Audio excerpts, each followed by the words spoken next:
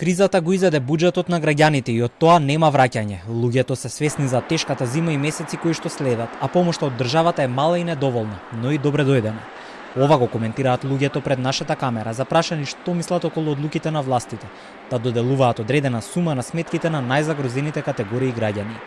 Сетот мерки за државна помош беше објавен вчера.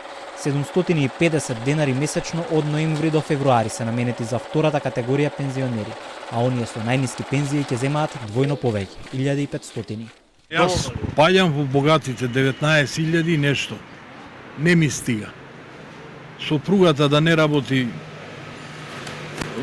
со минималеце, не знам како ќе го преживееме од крај до крај месецот, а зијам пари на заем од мајка ми, за да истераме. Сега, нас не ни следува помош, пошто сме во друга категорија, не е исправно тоа по мене. Би требало да е другачија политика, затоа што инфлацијава како на тие со најмалку пари, најмала пензија и на нас влијае исто. Јас ако сум зимал порано 4 кила сирење, сега зимам кило и пол. Не спаѓам во тие групи, ама не се доволно тие пари за тие ниски примања што ги имаат пензионерите. Што ќе направи со 1000 денари? Тоа е срамота, ама тоа е тоа, што да правиме? Сиромашна држава е нашава влада. Не можеме повеќе да бараме отколкото можат. Тоа е. Према нашата состојба е доволно и толку. Мораме да бидеме скромни и реални.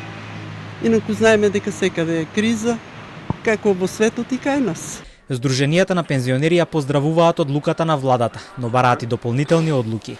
Освен централната и локалната власт да се вклучи во помошта за највозрасните, повикува председателката на Сојузот на Сдруженијата на пензионери, Станка Трајкова. Во сите домени секогаш важи правилото дека може подобро, може и повеќе. Меѓутоа, сепак, она што се на тој начин бара, треба да биде остварливо и реално. Што се однесува до општините, како субјекти надлежни за своите возрастни граѓани, исто така смета Сојузот дека тие може да помогнат, не да ги покачуваат цените на услугите или јавниот превоз, како што слушаме сега по медиумите, меѓутоа има и општини кои што веќе почнале на своите возрастни жители да им помагаат со повеќе форми и облици на помошти и тие давале одредени парични давања. Свој барање имаа и фирмите, а преговори се водеа и со синдикатите и работодавците. Недореченост има се уште, но има и порака од владата до стопанствениците. Освен за пензионерите, државна помош има и за самохраните родители и барателите на работа.